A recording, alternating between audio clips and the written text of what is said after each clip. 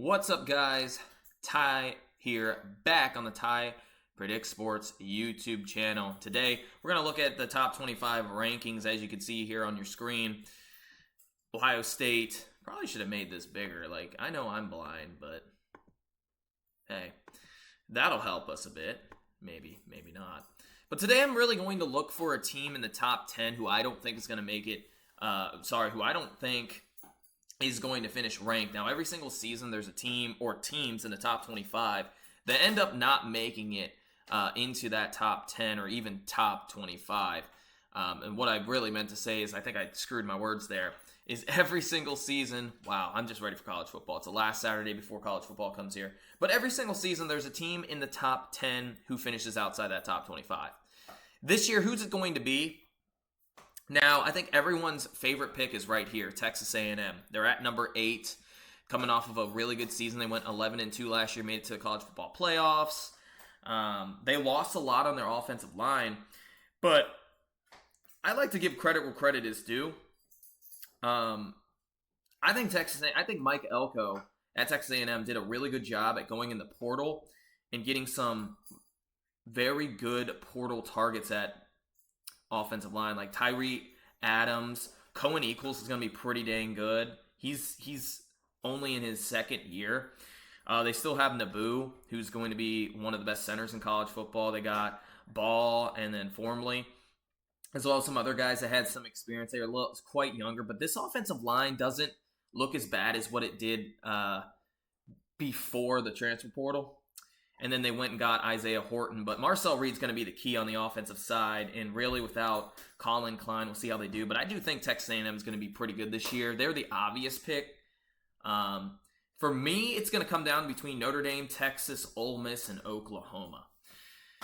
Now, Notre Dame is a team that has one of the easiest schedules in college football. So you're probably wondering why it's them. Well, I mean, if they lose early on, and let's say they do lose to Miami and BYU, 9-3, Notre Dame could easily be ranked in the 20s. They could also be unranked. That schedule is so bad for Notre Dame. I don't think Notre Dame is as good as advertised. You'll see coming up here, I believe not next week, the week after. Man, college football is coming here. It's got my brain all fuzzled up. But I think Notre Dame's going to have a major upset early on. We'll talk about that one later. Ole Miss is a team. I'm high on Ole Miss. I like what Pete Golding did in the offseason. I know his team kind of got shaken up due to Lane Kiffin leaving the team, but he was able to retain a decent amount on the offensive and defensive side, and this defense is going to be really, really good, I think. Like, he was able to keep Deuce Alexander, obviously Trinidad Chambliss, Keywan Lacey, but Luke Haas, he's their starting tight end. He got hurt last season at some point in time. I think it was very early on. And Naquan Wright just took over. But they have some pretty good tight ends. Like I said, Luke Haas as well. And then the defensive side, I like Cam Franklin. Will Eccles is probably the best defensive tackle in college football. And don't forget Centarian Perkins. This defense, I think, is going to be pretty good. I don't think it's going to be Ole Miss. The only way I could see it being Ole Miss is we can look at their schedule. If Ole Miss were to lose week 1 against Louisville, yeah, they're probably going to finish unranked. Because then you have to play LSU, Florida, Missouri, Texas, Georgia, Oklahoma. They could easily lose 5 games. But I'm not going to pick Ole Miss either. It's between Texas and Oklahoma for me. Now, again, Texas has a very tough schedule. Steve Sarkisian just laid an egg last year in terms of his play calling ability. You look at their 3 losses, and then we can look at their schedule. This schedule's tough. But you look at their 3 losses last year, Steve Sarkisian's play calling on offense was just pretty bad. But what does he do? He says, you know what? It's our defense's fault that we can't score. And we score 10 points against Georgia. We score 7 points against Ohio State. No, it's not our offense's fault. It's our defense's fault. And he doubled down. So I'm a little bit worried for Texas. As you can see, the reason why I think it could be Texas is this game right here against Ohio State. It kind of reminds me of Penn State-Oregon last year. We all saw what happened. It's a night game as well early on into the season. And this was Penn State's biggest game last year. They played Oregon. And It really felt like they were going to win the game, but unfortunately, they fell short, and then they weren't the same. I could see a similar situation here against Ohio State. Now, Texas State and UTSA sandwiched in between that. Listen, the group of 6, these are your 2 teams to look out for. UTSA might be the best team in the American. Texas State might be the best team in the Pac-12. Texas State's going to give Texas, I think, a scare early on. I think Texas is going to win that game. But look at this. At Tennessee, you play Oklahoma, Ole Miss at home, at Missouri, at LSU, at Texas. I mean, look at this last 4-game stretch there. But I do think Texas hangs on just enough to be ranked, even if they were having a bad year. My pick is going to be Oklahoma. My pick is Oklahoma. You look at their schedule this year. They do play UTEP, Michigan, New Mexico, Georgia, Texas, at Georgia, mind you, and it's going to probably be a night game. At Mississippi State could get interesting. South Carolina could get interesting. South Carolina beat you 2 years ago. At Florida against Ole Miss, Texas A&M, and then finishing off the year against Mizzou. Oklahoma just signed a weird extension to to BV, Brent Venables. I don't understand why. They signed him like he was going to go somewhere else. It made no sense to me. But, they had to go into the portal for wide receivers. They got Trell Harris, who was pretty solid at Virginia. I think he's a little overrated. And then they got Parker Livingstone from Texas. And, my opinions on him is he's just not that good of a wide receiver. But they did retain Isaiah Satanga, Michael Faze is what on the offensive line. Their O-line hopefully will improve from what it was last year. But the rush game was just so bad. And there's a meme going around with John Mateer, him like buffing up.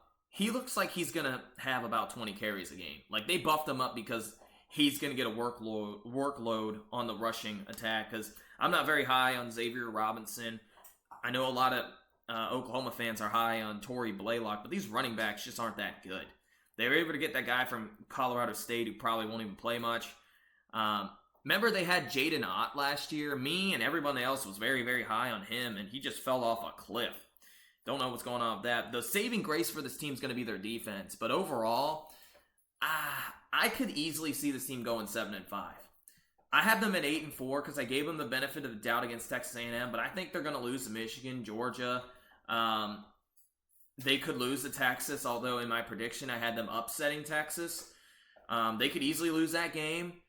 They could lose to South Carolina on a verge of an upset. They could lose on the road against Florida. Ole Miss is a tough team. Texas A&M in Missouri. So overall, I'm not very high on Oklahoma. What are they doing in the top 10? Like in my top 10 is different than the AP polls top 10. I had Oregon number 1. My number 2 team, I believe, was Indiana. My number 3 team was Ohio State. I had the 3 Big Ten teams, 1, 2, 3. 4, I believe I had Miami. So no SEC teams there. But I had Georgia, I believe, at 5. But I didn't have Oklahoma in my top 10. I didn't have Texas A&M in my top 10 either. I had Ole Miss. I think I may have had LSU, but I definitely had USC. But overall, there's a lot of SEC teams in this top 10. There's 1, 2, 3, 4, 5. 6 if you want to include 11. 6 in the top 11 are SEC teams. Now, I get it, the SEC got 5 teams in last year, and they had, 6 teams finish in the top 15. But the Big Ten's been the best conference of college football, and I'm an SEC guy, but I give credit where credit is due. I don't really see the point of having these SEC teams in as high as they are. But I also had Texas Tech in that top 10, and Texas Tech is going to be a pretty damn good football team. They're going to have one of the best defenses. I think they're going to have the second best defense in college football, number 1 being Indiana. Bama was another pick I was thinking about because I'm not high on Bama. I think their offense is going to be, disappointing to say the least, but they weren't top 10. So Oklahoma is going to be my pick for a team in the top 10 to finish outside the top 25. I think it's easy to pick Texas A&M, but I'm actually going to ride with Oklahoma. Too many people are high on Oklahoma, and Brent Venables just got a oddly weird timing extension for reasons I don't understand, but it is what it is. But who do you guys think is going to be that team in that top 10 that finishes unranked. Now, last year, like I said, I believe we had 3. We had Penn State, LSU, and Clemson. Those 3 teams were in the top 10. In fact, they were in the top 5. And they all finished unranked. I'm putting my money on Oklahoma. I could see Notre Dame. I could see Texas. I could even see A&M and Ole Miss. But my money is on Oklahoma. Let me know what you guys think. Thank you guys for watching this video. I'll see you in the next one. Peace out.